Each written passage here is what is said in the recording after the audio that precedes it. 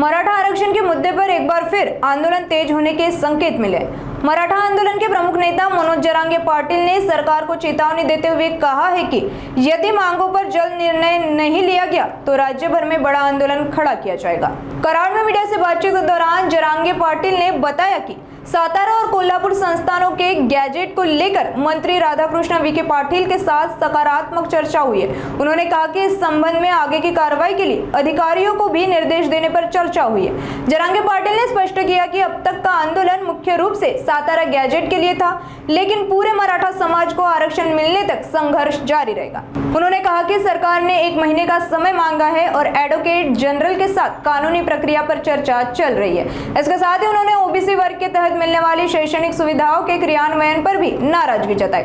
जरांगे पाटिल ने चेतावनी दी कि यदि विद्यार्थियों को मिलने वाली सुविधाओं में कोई बाधा आई तो इसकी पूरी जिम्मेदारी सरकार की होगी। मी आताच आपल्या कराड मधल्या बोललोय विखे पाटील साहेबाला की तुम्ही कोल्हापूर संस्थांचं तो गॅजेटियर घ्या। त्यांनी आताच सांगितलंय की मी आयुक्तांना सांगून ते गॅजेट मागून घेऊन अहवाल तयार करतो। एकूणच आता आजपासून शाळा चालू झालेल्या आहेत, पाय पडायला लागले, आपल्याला ओबीसी मधून मिळत आहेत, परंतु त्यामध्ये आपण समाधानी आहात काय? नाही, पूर्ण मराठा समाज आरक्षणात जाऊस तर मी कधी समाधानी होऊ शकत नाही आणि तो मी घालणार। चला धन्यवाद। सातारा गॅजेट बद्दल बोलायचं होतं की आपली वारंवार चर्चा झालेली आहे छत्रपती शिवेंद्रराजेंसोबत। मला एक महत्वाचं सांगतो सातारा संस्थांच्या बद्दल। यावेळेचं जे आंदोलन झालं उन्हात तर सातारा संस्थांसाठीच झालं, त्या गॅजेटियरसाठी। त्यांनी 1 महिन्याचा वेळ मागितलाय।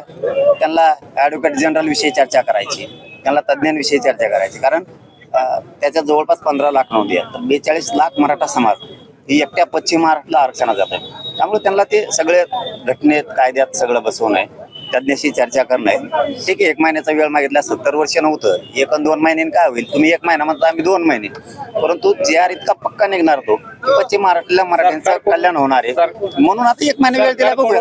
कल्पना केला नाही, त्यांचा धंदाच असतो देव, त्यांचा धंदाच असतो देव की वेळ काढूपणा करणं, पण मी काढू देत नाही ना, मी खंबीर आहे ना। चला धन्यवाद।